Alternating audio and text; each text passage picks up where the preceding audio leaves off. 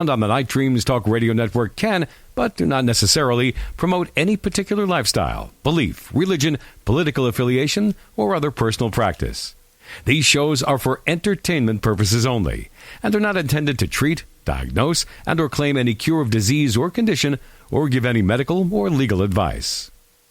You're listening to Night Dreams Talk Radio After Dark, with our host, Gary Anderson. And that is me. Boy, this week just went faster than normal for me. It seems like this yesterday I was telling people it's Monday, and here it is already Friday. Hey, Clarence, are you still there? Yes, sir. I sure am. Now, I'm wondering if James is still with us. I think he might be or might not be. Yeah, I'm still here. I'm having all kinds of problems. Echoes and all kinds of things. I don't know. My Skype's acting crazy. Well, you know what you need to do? You need to reboot and go back, reboot your laptop, and then go back on Skype. That's what you need to do. Mm-hmm. Okay. Yeah, let me try that. Yeah, give that a try. You know, I want to say this, and I'm not really kidding either when I say this, Gary, but a lot of times when we start talking about things like this and, you know, AI and government and all this kind of stuff, you say a certain keyword, and this is what happens to people. Your internet starts acting up, your computers will go down. I've had it happen many, many times. I'm sure you have. You know, I know other podcasters and stuff out there. We've all had the same problem. So it wouldn't surprise me that's what James is hitting right now. Well, they see one advantage I have over probably you, or I know James, I run this show on 8 computers. So if something all of a sudden is acting up, I just move on to another platform. And I continue going. Actually, you know, I just don't use Speaker. I got 2 broadcast softwares. I got Speaker, then I have one that is called Rocket Broadcaster that feeds out to to my hosting company, which only supplies radio and TV stations across the country. So I got 2 platforms going simultaneously, but I got backups for everything. I got each Skype has a backup. So if one of the computers all of a sudden has a problem, I just switch over to the other one instantly just by clicking. So I'm all set pretty much. But you know what? I have found, like, when I have, like, Timothy Cullen the last time he was on, he was the number 9th implant removal from the late Dr. Roger Lear. And when we started talking some sensitive stuff, all of a sudden his phone went crazy. I mean, we were getting static where I couldn't even hardly make it out. So I have him call me back on a cell phone. It's working good for a minute. We start talking about certain subjects. Now his cell phone is messing up. Sure. And the reason why I know what's going on, because again, one of my former guests I had on, worked for the DOD, told me that, you know, they monitor, you know, what you say on your phone, what you do on your computer, what is being said on radio shows. And, you know, if you say certain keywords, all of a sudden it triggers it out, and somebody in a building, huge building, who monitors all this stuff, which is a whole lot of people, that all of a sudden they play with you, or whatever they do. Right. Absolutely. And I definitely agree with that. No doubt about it. Yeah. That's just like your cell phone, for instance. Now, this is really ironic. I was just talking about this the other day. When you text somebody, okay, and it don't matter where they're at or anywhere, you know, they could be your next door neighbor, and that text is being saved by these towers or whoever it is with these servers, you know, and people are like, "Oh, you're crazy," they can't do that. Well, if they can't, then how come when people get arrested, they can acquire your phone records and get every single text and phone call and literally read them, you know, right there in front of them? So where is all of these messages and that being stored? That's what I want to know. And who keeps them, and how many do they keep, and for how long? Well, the government keeps them probably indefinitely, because, again, when you start thinking about this, it gets really in-depth. But you know what? Yes.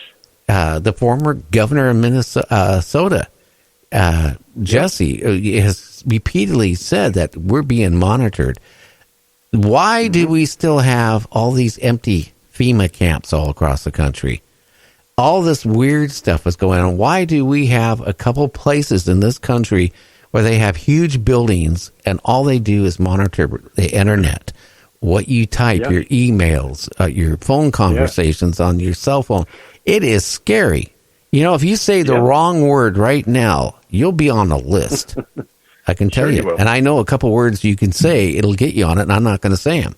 But it seems I had a lot more problems, to be honest with you, when I had less listeners. Before I started getting on a lot of radio stations, I had a lot of problems because every time I would bring a guest on and we'd talk about abductions or UFOs or something like that, you know, it was hard talking to them because their phone line would go screwy. Now it's very, very rarely it happens anymore. At least for me. Right. Yeah, so far, knock on wood, since I've changed to this platform, I haven't had any real major issues. But I know on the last platform, and I almost think it was the platform people themselves that were actually monitoring my shows, because I would get cut off of my own show. And there was time when I had to go in and call in as a guest just to finish the show off, you know. So there you go, you know.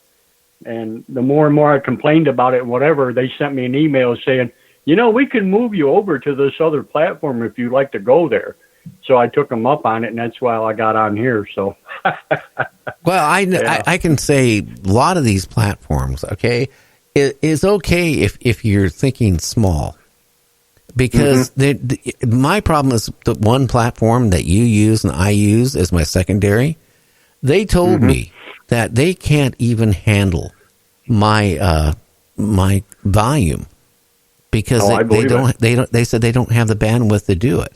And then when I started pumping them, then I don't even want to tell you what the numbers are that can listen to you live, but it isn't what you probably even think about. You'd pee your pants if I told you. Yep. It doesn't surprise me. It really doesn't. Now, they're not lying, but they're not telling you how many live listeners you'll get. And that's the issue I see. All right. Yeah. And you got to pay for all these too, you know. Oh yeah, and expensive. You wouldn't believe the one platform it cost me over $800 a month to feed out to the radio stations. Whew. Yeah, that's expensive. Oh yeah, that's expensive. Now I don't know if James got back because my Skype is acting up strange now. Are you there, James? Yeah, I'm here. I used my landline, but I was getting echoes and it was cutting in and out, and my icons were leaving. It was weird. Yeah, I wonder what was going on. And you haven't been saying anything, so it shouldn't be happening to you. Well, he's connected to the show, though, so. Yeah. Funny. Hey, James, what's your weather like up there? Or out there, well, now it's actually kind of wintertime. It was nice all October, but now it's like, well, it's going to be 20s, teens, and maybe snow for the next 3 days. Yeah. Yeah, we're getting that here in Minnesota, too. It's, boy, we had this clipper come through. Now, tomorrow is supposed to be in the 30s, so we'll cross our fingers. But it has been bone-chilling cold out here, I'll tell you what.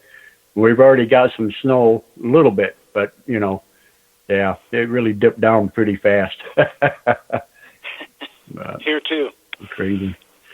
No, I think you're having some connect problem with your internet or something, James, because I don't know. It was real weird. Even when you just called, you're on your landline right now, correct?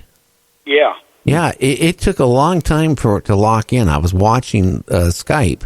You know, it was trying to log in while you were on, and it was this now logged you in. It took like 3 minutes to log you in, so I don't know. Maybe it's the weather or something. You know. My connections are probably really bad right now. My Wi-Fi is coming in and out. It's just, it's a crapshoot right now, I guess. Wow. Well, you know, it makes me wonder too, Gary, about this, you know, and I know about this magnetic shift that we're going through right now too. And we don't know when this thing's actually going to tip over on us, you know, or whatever. But I'm wondering how much of that is being accounted for with all these glitches sometimes either, we're really having some issues all across, the U.S. right now. So makes you wonder. Well, that what may have something to do with it. Well, when the flip does happen, do you realize kiss your cell phone goodbye? Absolutely. You're any satellite finding directions or you making anything, it's going to mess everything up drastically. And on top of it, scientists don't know what's going to happen when it flips. Could it cause 300, 800-mile winds to come ripping through? We don't even know because we've never gone through a magnetic pole shift. But it could be major. No. Well, according to what I'm gathering, as far as information on all this, from the scientific community, there again, like you say, a lot of them don't agree with one another, much less, have hard case facts. But this happens, I believe it's like every 30,000 years. And their prediction on this was the fact that we're actually overdue. So this may be a big catastrophic kind of ordeal because we're out of sync, so to speak, and it may be trying to catch up with itself. So I don't know, it's kind of a scary thought, but I don't think we'll be around to see it myself, but I don't know. I hope not, Well, a lot of things are going on. Okay. We got what's going on in the rainforest. Okay. It's burning. God, it's almost burning up to nothing. That's depleting our oxygen content. The ocean is slowly dying. A lot of people don't realize a lot of our oxygen comes from the ocean. Now we have those two things going. The stream, it goes from the equator all the way up in the Atlantic Ocean, all the way up to the UK and around France and all that area. Okay, right. It's slowing down to almost a stop. When that happens, you can count on a mini ice age in Europe. Absolutely. And this year, right now, they're predicting that the UK is going to have the coldest winter in the last 100 or so years. Isn't that something? Yeah. And I believe it. And if something like that happens, where are those people going to go? How is it going to affect our country? Also, now is it the North Pole? There's a big ice field. It's huge. It's ready to break. And if it breaks, it said it will raise the ocean level about 30 feet. Oh, wow. Now, you have that, let alone what's going on in Antarctica, which is raising the sea level. That's why they're talking about 2045 to 2050. Virtually, the whole East Coast is going to be underwater. San Francisco and all that will be underwater. Part of Washington, Oregon, British Columbia is going to be gone. Here's the thing, though. Actually, what's going to happen, Gary, is it's going to go back to the way it used to be when you really stop and think about it. All those salt mines and that along the East Coast, especially up in New York and Pennsylvania and across all the way into Boston and that area, there's a major salt mine there that used to be all ocean. Look at the flats, the salt flats out in Utah, in them areas, Nevada and all that. Up in there, that was all ocean. So in a roundabout way, we're actually going back to the way it used to be. That's what we're doing. Yeah, but where is our civilization going to go? Where would put it this way? Where would the people go from Europe if they started going into a mini ice age? A lot of people don't realize around the 1900s, Russia went through. Actually, Europe went through a mini ice age, but it was really bad in Russia, where people, were taking their floorboards, anything that could burn their furniture, trying to stay warm in their houses, and they froze to death. I mean, it's scary when you think about that. I mean, where are we going to go? To what, Mexico? Make Mexico a part of the United States and we just all move there? That's why I really think about the book, that Whitney and Art Bell wrote, The Superstorm, They were off by about 25, 30 years. but it's happening. Al Gore was off 20, 30 years, but everything he was preaching, and everybody said, oh, you don't know what you're talking about. They were